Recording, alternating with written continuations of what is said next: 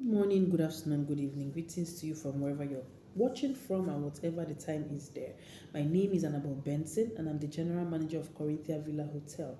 I am also your Hospitality Edge coach. Hospitality Edge is basically a platform where we share ideas, skills, tips, just generally knowledge on how to navigate the hospitality industry. However, even if your industry doesn't fall under the hospitality industry, but you deal with clients, you deal with customers, you deal with guests, you deal with staff, or you're a staff yourself, I can assure you that you benefit a lot from the tips that we share here.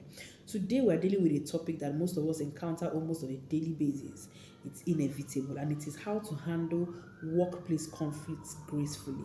See, conflict is something that would always arise. Why? I always tell my colleagues, I always tell my staff that you're dealing with somebody that you've not lived with for the first, most of us started working maybe at the age of 20 or less, but in most cases, let's say from the age of 20. So imagine you're having to work with a human being that both of you have not been together for the first 20 years of your life, and then you have to work with this person.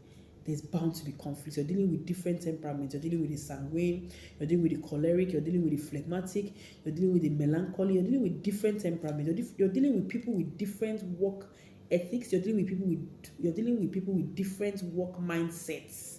You're dealing with different kinds of human beings. Conflict is inevitable wherever human beings gather. However, conflict should be resolved gracefully. I always say something. Conflict is inevitable.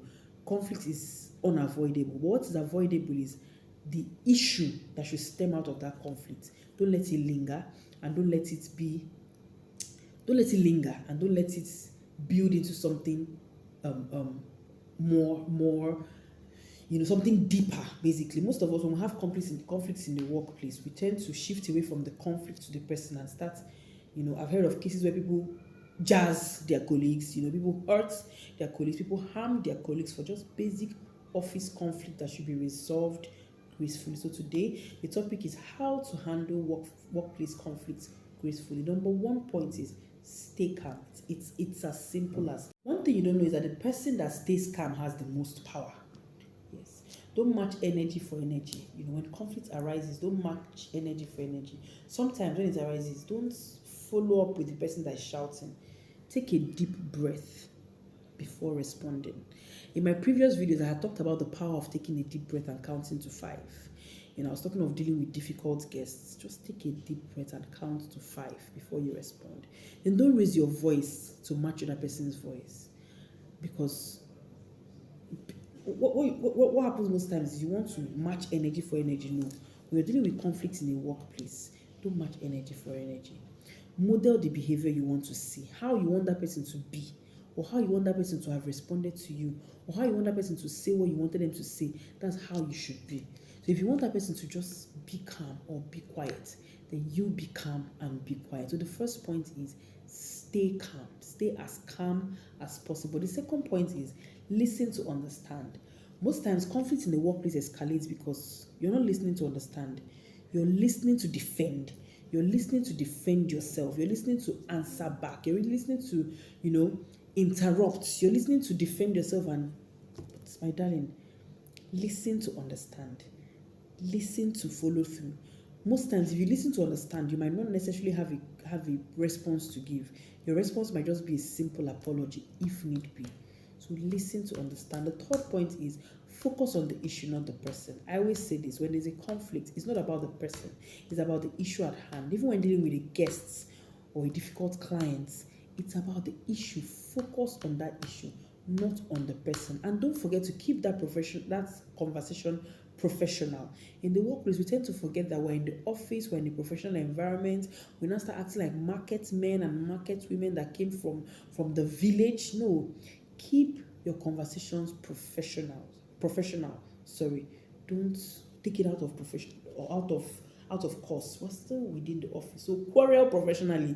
Yes, there's a way to quarrel and misunderstand, but professionally. Most of us bring our feelings into work. No, separate your feelings, your personal emotions, your personal kind of person. No, separate it from the job. So focus on the issue, not the person. Keep the conversation professional. The next point is always try to find a common ground. Really, most times all of us want to win. When you're having a conflict with somebody in the office, or you're having a misunderstanding, you're doing it to win. How am I going to win this person? No. Have a common ground. Find a common ground. Let it be about finding solutions, not about winning, not about I win am. I know that guy did wrong. No, that's not what's important. What's important is resolving the conflict, finding a common ground, solving it basically. The next point is address issues early. Address them as they come. Don't let them boil over. What normally causes so much animosity in the workplace is that something has happened and you are keeping it. You are keeping it. In keeping it, you're building tension. You're building anger. The thing is growing. It is increasing. It is improving.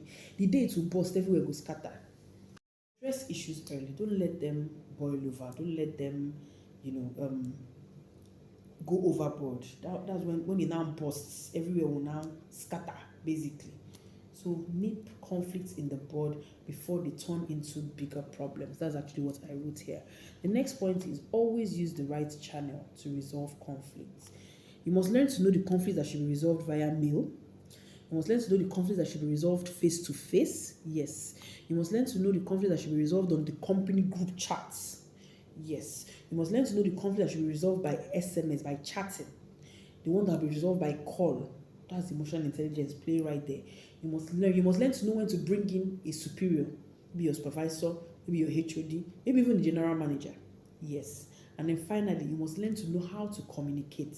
So these are the right channels, the right timing, the right model, the right mode, the right communication when resolving conflict is very important to ensure that this conflict is resolved. The next point is you must learn to employ empathy and respect.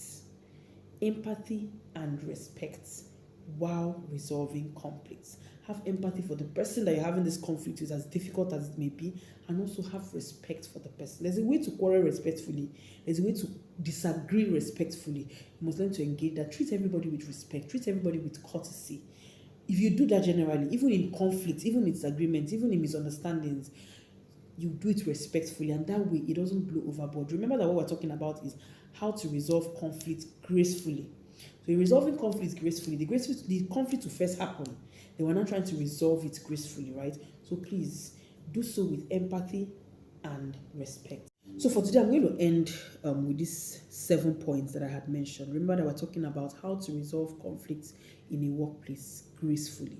How to resolve conflicts gracefully, of course, in a workplace. Let's not forget that conflict is inevitable. Wherever human beings gather, there must be disagreements, but it doesn't have to generate to something deeper when it can easily be resolved easily. So let's take note of the fact that here I mentioned that graceful conflict resolution isn't about avoiding the problem. There's a problem already. We're not trying to resolve it, right? It's about handling this problem with maturity, handling it with emotional intelligence, handling it with respect. This goes a long way in ensuring a united team and less workplace drama. It's inevitable, right? But how you handle it is how it doesn't escalate, is how it doesn't blow over, and how you maintain a united, team spirit filled organization. At this point, I'm going to end this video. Till we see next time.